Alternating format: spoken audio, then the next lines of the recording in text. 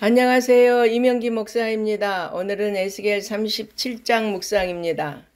하나님이 권능으로 에스겔에게 임하셔서 그를 한 골짜기로 데리고 가셨습니다. 그곳에는 뼈들이 가득했습니다. 사방에 널린 뼈를 살펴보니 그 양이 심이 많고 하나같이 바짝 말라 있었습니다. 하나님은 에스겔에게 이 뼈들이 능히 살 수 있겠냐고 물으셨습니다.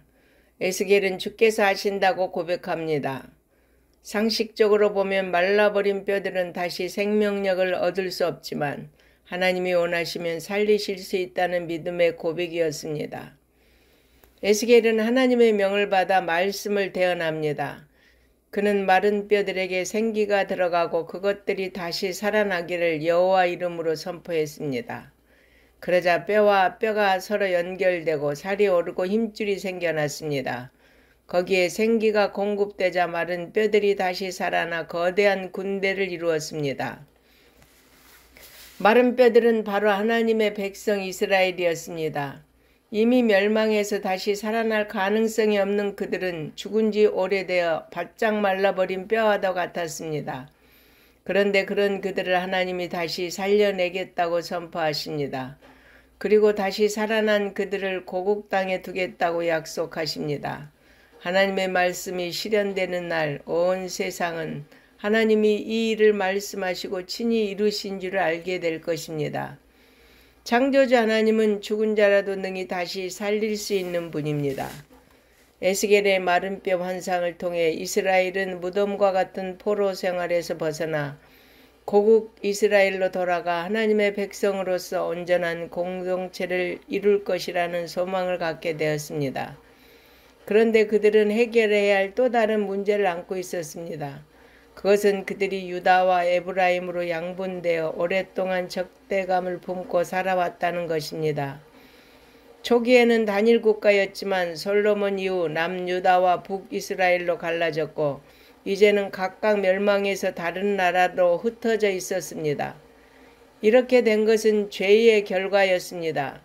이 백성을 향해 하나님은 회복과 하나됨을 선포하셨습니다. 두 막대기를 하나로 만드는 상징적인 행동을 통해 갈라진 두 나라가 하나가 되고 흩어졌던 백성이 하나님께로 돌아올 것이 선포됩니다. 이 약속을 기억하는 자는 말씀이 성취되는 날 여호와의 영광을 보게 될 것입니다. 하나님은 하나된 이스라엘을 한 왕이 통치하리라고 선포하십니다. 그 왕의 이름은 다윗입니다.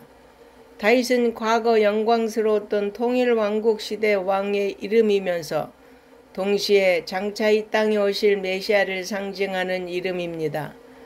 하나님이 이스라엘 백성과 화평의 언약을 세우십니다. 분열된 것은 남유다와 북이스라엘만이 아니었습니다. 이스라엘과 하나님 사이도 갈라져 있었습니다. 이에 하나님은 성소를 그들 가운데 두심으로써 자신은 그들의 하나님이 되고 그들은 자신의 백성이 되게 할 것이라고 선포하십니다. 하나님이 임재하시는 처소가 영원토록 이스라엘 가운데 있음으로써 열국은 이스라엘을 거룩하게 하시는 분이 여호와인 줄 알게 될 것입니다. 이스라엘 가운데 영원토록 임하게 될 성소는 예수 그리스도를 예표합니다. 예수님은 하나님과 우리 사이에서 우리를 위해 중보하시는 영원한 대제사장이시며 진정한 통치자이십니다. 십자가 보혈의 공로로 죄인인 우리가 하나님과 화평하게 되었습니다. 여러분, 우리가 관계를 회복해야 하는 대상은 형제 자매 이전에 우리의 진정한 주권자이신 하나님입니다. 하나님의 임재가 우리 안에 회복되어야 합니다. 우리의 하나됨은 오직 진실한 회개를 통한 하나됨이어야 합니다. 먼저 하나님 앞에 엎드리는 자에게 진정한 하나됨이 있습니다.